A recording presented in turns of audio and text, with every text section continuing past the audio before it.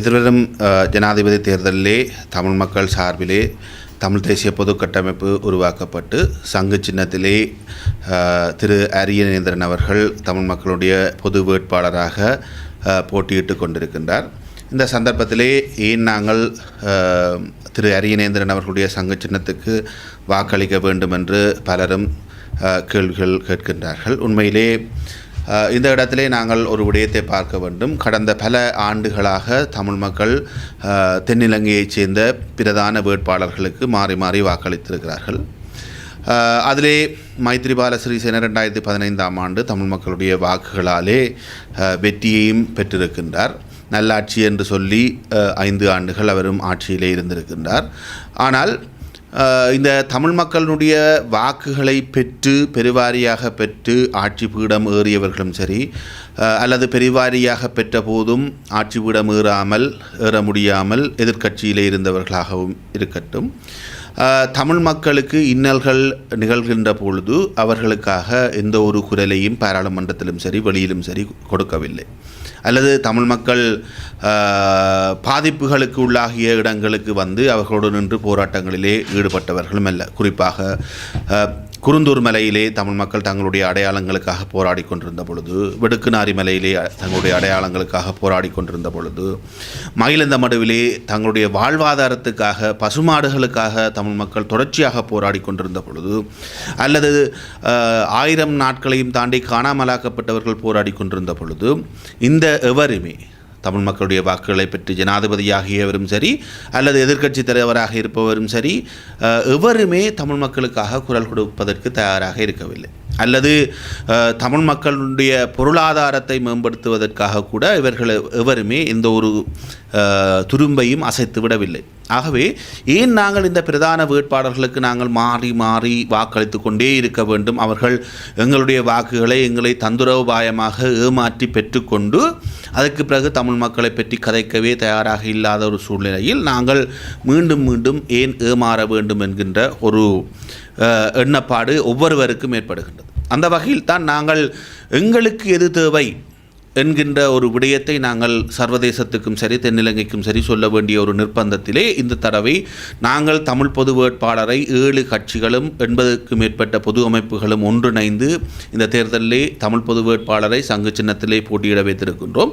எங்களுடைய தேர்தல் விஞ்ஞாபனத்திலே நாங்கள் பல்வேறு விடயங்களை குறிப்பிட்டிருக்கோம். எங்களுக்கு எது தேவை என்கின்ற விடயத்தை நாங்கள் சொல்லியிருக்கின்றோம். தமிழ் மக்களுக்கு இந்த ஆட்சி மாற்றத்தினாலே எந்த ஒரு பொருளாதார சுபீட்சமும் கிடைத்துவிடப் போவதில்லை. அதை நாங்கள் ஒவ்வொருவரும் ஆணித்தரமாக எங்களுக்குள் புரிந்து கொள்ள வேண்டிய ஒரு தேவைப்பாடு இருக்கிறது. காரணம் நான் உங்களுக்கு சொல்லுவேன்.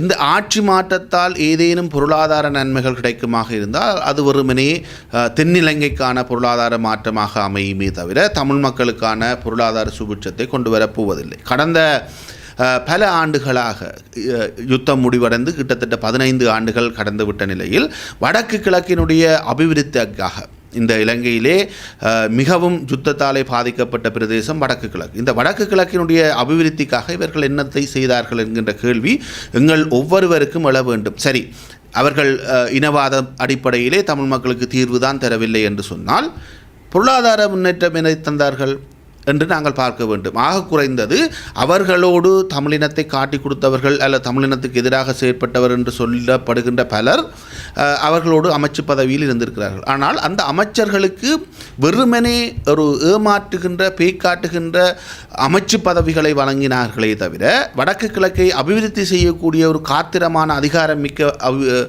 அமைச்சு பதவிகளை கூட வழங்குவதற்கு இந்த தென்னிலங்கை ஆட்சியாளர்கள் ஒருபோதும் தயாராக இருக்கவில்லை. வடக்கிலே பலாலி விமான நிலையம் இருக்கிறது. அதிலிருந்து பலாலியிலிருந்து சென்னைக்கு போவதற்கு கூட விமானங்களை அனுமதிப்பதற்கு இவர்கள் தயாராக இல்லை. உலக நாடுகளோடு பலாலி விமான நிலையத்தை தொடர்புபடுத்தி ஒரு சர்வதேச விமான நிலையமாக ஆக்குவதற்கு கூட இந்த தென்னிலங்கை ஆட்சியாளர்கள் தயாராக இல்லை, விரும்பவில்லை. காரணம், எங்களுடைய புலம்பெயர்ந்த தமிழ் செல்வந்தர்கள் இலகுவாக வடக்கு கிழக்குக்கு வந்து தங்களுடைய பொருளாதார முதலீடுகளை இங்கே செய்து விடுவார்கள். அதனூடாக வடக்கு கிழக்கு பொருளாதாரத்திலே பலமடைந்து விடும் என்கின்ற ஒரு பயம் இந்த தென்னிலங்கை ஆட்சியாளர்களுக்கு இருக்கிறது. இந்த பிராந்தியத்தை அபிவிருத்தி செய்யக்கூடாது என்கின்ற ஒரே நோக்கத்தோடு தான் இந்த பலாலியிலிருந்து இந்தியாவுக்கான விமான சேவையை கூட ஒரு சிறப்பான முறையில் செய்வதற்கு இந்த தென்னிலங்கை ஆட்சியாளர்கள் தயாராக இல்லை. அதே போன்று காங்கேசன்துறை துறைமுகத்தை அபிவிருத்தி செய்வதற்கும் இவர்கள் தயாராக இல்லை. உண்மையிலே இந்த காங்கேசன்துறை துறைமுகம் அபிவிருத்தி செய்யப்படுமாக இருந்தால், இந்த கடல் பகுதி அபிவிருத்தி செய்யப்படுமாக இருந்தால், இலங்கையை சுற்றி செல்லுகின்ற கப்பல்கள் எல்லாம் காங்கேசன்துறைக்கும் இந்தியாவுக்கும் இடையாலே சென்றுவிடும்.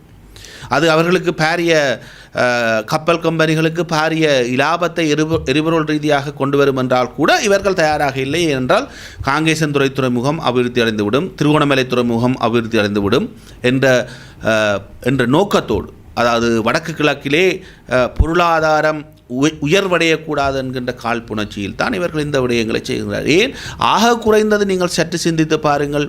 ஒரு பொருளாதார ஊக்குவிப்பு வலயத்தை இங்கு செய்கிறார்களா? பொருளாதார மையங்களை உருவாக்குகிறார்களா? அதுக்கு கூட தயாரில்லை. ஏன் ஒரு கிரிக்கெட் மைதானத்தை கூட இவர்கள் இங்கே அமைப்பதற்கு தயாராக இல்லை. யுத்தம் முடிந்து 15 வருடங்கள் ஆகிவிட்டது. தென்னிலங்கையிலே எத்தனையோ கிரிக்கெட் மைதானங்களை உருவாக்கி இருக்கிறார்கள்.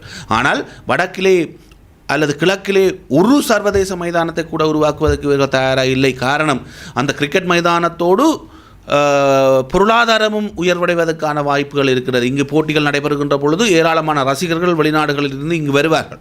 அது உள்ளூர்வாசிகளுக்கான பொருளாதாரத்தை அபிவிருத்தி செய்வதற்காக ஒரு களமாக அமையும். இங்கே இருக்கக்கூடிய ஹோட்டல்கள் நிரம்பி வழியும், அவர்கள் அதிலிருந்து பொருளாதாரத்தை ஈட்டிக்கொள்வார்கள். ஆனால் அதை கூட அனுமதிப்பதற்கு இந்த தென்னிலங்கை ஆட்சியாளர்கள் தயாராக இல்லை என்பதைத்தான் நாங்கள் புரிந்து கொள்ள வேண்டும். ஆக உண்மையான ஒரு உண்மையான ஒரு பொருளாதார மாற்றத்தை அவர்கள் இங்கு கொண்டு வருவதற்கு தயாராக இல்லை. என்னை பொறுத்தவரையிலே உண்மையான பொருளாதார சுபீட்சம் வடக்கு கிழக்குக்கு கிடைக்க வேண்டுமாக இருந்தால் உண்மையிலே எங்களுடைய கைகளிலே எமக்கான அதிகாரம் இருக்க வேண்டும். வடக்கு கிழக்கு மையப்படுத்திய நிர்வாக அலகிற்கு வெளிநாட்டு முதலீடுகளை நேரடியாக கொண்டு வருகின்ற அதிகாரம் இருக்க வேண்டும். தமிழ்நாட்டுக்கு அந்த அதிகாரம் இருக்கிறது, ஆனால் எங்களுக்கு இல்லை. எங்களிடம் அந்த அதிகாரம் எப்பொழுது எங்களுடைய கைகளிலே எங்களுடைய வடக்கு கிழக்குக்கு அதிகாரம் கிடைக்கிறதோ அப்பொழுதுதான் உண்மையான பொருளாதார அபிவிருத்தியை கூட நாங்கள் அடைய முடியுமே தவிர, வெறுமனே நாங்கள் இந்த தென்னிலங்கையிலே இருக்கக்கூடிய ஆட்சியாளர்களை மாற்றி மாற்றி மாற்றி மாற்றி எந்த பிரயோசனமும் அபிவிருத்தி ரீதியாக கூட எங்களுக்கு கிடைக்கப் போவதில்லை. ஆகவே நாங்கள் இந்த தடவை எங்களுக்கு எது வேண்டும் என்பதை சொல்ல வேண்டும். நாங்கள் மாறி மாறி தென்னிலங்கையினுடைய ஆட்சியாளர்கள் அல்லது வேட்பாளர்கள் தங்களுடைய தேர்தல் விஞ்ஞாபனத்திலே சொல்லுகின்ற விடயங்களில் எதற்கு போடலாம் என்று நாங்கள் யோசித்து போடுகிறோம். ஆனால் அதில் இருக்கக்கூடிய விடயங்களை எங்களுக்கு ஏற்புடையனவாக இல்லை. அவர்கள் தீர்வு திட்டம் தொடர்பிலே 13க்கும் குறைவாக சொல்லிக் கொண்டிருக்கிறார்கள். பொருளாதார அபிவிருத்தி தொடர்பிலே, வடக்கு கிழக்கினுடைய பொருளாதார அபிவிருத்தி தொடர்பிலே எதையும் பேச தயாராக இல்லை. இந்த நிலையில் நாங்கள் எங்களுக்கு விரும்பிய எதையுமே சொல்லாத தென்னிலங்கை வேட்பாளர்களுக்கு நாங்கள் வாக்குகளை அளித்து கொண்டிருக்காமல், இந்த தடவை நாங்கள் விரும்புகின்ற விடயம் எது, தமிழ் மக்கள் எதிர்பார்க்கின்ற விடயம் எது என்பதை நாங்கள் தென்னிலங்கைக்கும் சரி உலகத்திற்கும் சரி காட்ட வேண்டிய ஒரு தேவை இருக்கிறது. அந்த தேவையை நாங்கள் இந்த தேர்தலிலே எங்களுடைய தேர்தல் விஞ்ஞாபனத்தை நாங்கள் முன்வைத்திருக்கிறோம். சங்கு சின்னத்திலே போட்டியிருக்கின்ற அரியநேந்திரன் அவர்களுடைய தேர்தல் விஞ்ஞாபனத்தை நாங்கள் முன்வைத்திருக்கிறோம். அந்த தேர்தல் விஞ்ஞாபனத்துக்கு வாக்களிக்க வேண்டியதனூடாக நாங்கள் ஒரு காத்திரமான செய்தியை தமிழ் மக்கள் அனைவரும் இந்த தேர்தலிலே ஒன்று கூடி செய்ய வேண்டும் என்பது என்னுடைய ஒரு தாழ்மையான வேண்டுகோளாக இருக்கிறது. ரெண்டாவது விடயம், 2015க்கு பிறகு 2009க்கு பிறகு 2009 தமிழ் மக்கள் ஒரு அணியிலே நாங்கள் எல்லோரும் உலகம் முழுவதும் இருக்கக்கூடிய தமிழ் மக்கள் ஒன்று திரண்டிருந்தார்கள். ஆனால் 2009க்கு பிறகு படிப்படியாக தமிழினம் அரசியல் ரீதியாகவும் சரி கட்டுப்பாட்டு ரீதியாகவும் சரி பல கூறுகளாக நாங்கள் உடைந்திருக்கிறோம். ஏன் அரசியல் தலைமைகளை மட்டுமல்ல, எங்களுடைய ஊர்களிலே இருக்கக்கூடிய விளையாட்டுக் கழகங்களுக்குள் பிளவு, ஆலயங்களுக்குள் பிளவு, பாடசாலை மாணவர் ஒன்றியங்களுக்குள் பிளவு என எல்லா இடமுமே எங்களுடைய இனம் இன்று பிளவடைந்திருக்கிறது. அது வடக்கு கிழக்கில் மட்டுமல்ல, புலம்பெயர்ந்த தேசங்களில் இருக்கக்கூடிய எங்களுடைய தமிழ் அமைப்புகள் எல்லாமே பிளவடைந்து நிற்கிறார்கள். இந்த சந்தர்ப்பத்திலே எங்களுடைய தமிழினத்தை ஒன்றுபடுத்துவதற்காக கிடைத்திருக்கிற ஒரு அரிய வாய்ப்பாகவும் இந்த தமிழ் பொது வேட்பாளர் என்கின்ற விடயம் அமைகிறது என்பதையும் நான் இந்த சந்தர்ப்பத்திலே ஆணித்தரமாக கூறுகின்றேன். ஏனென்றால் 7 அரசியல் கட்சிகள் முழுமையாக இந்த சங்கு சின்னத்துக்கு ஆதரவு வழங்கி கொண்டிருக்கின்றன. அதைவிட தமிழரசு கட்சியினுடைய ஒரு பகுதி சங்கு சின்னத்துக்கு ஆதரவு வழங்கி கொண்டிருக்கிறது. அதைவிட 80க்கும் மேற்பட்ட தமிழ் சிவில் சமூக அமைப்புகள், வணிகர் சங்கங்கள், மீனவர் சங்கங்கள், விவசாய சங்கங்கள் என பல, விளையாட்டுக் கழகங்கள் என பல சங்கங்கள் ஒன்றாக அணிதிரண்டு தமிழ் பொது வேட்பாளரை முன்னிறுத்தி இருக்கின்றன. அவர்களுக்கான ஆதரவை வழங்கி கொண்டிருக்கின்றன. அதேபோன்று உலகம் முழுவதிலும் இருக்கக்கூடிய தமிழ் அமைப்புகள் மாறி மாறி தங்களுடைய பேராதரவை இந்த தமிழ் பொது வேட்பாளர் என்கின்ற சிந்தனைக்கு வழங்கி கொண்டிருக்கிறார்கள். இதனூடாக மீண்டும் தமிழினம் ஒன்றுபடுகின்ற ஒரு நிலைமை ஏற்பட்டிருக்கிறது.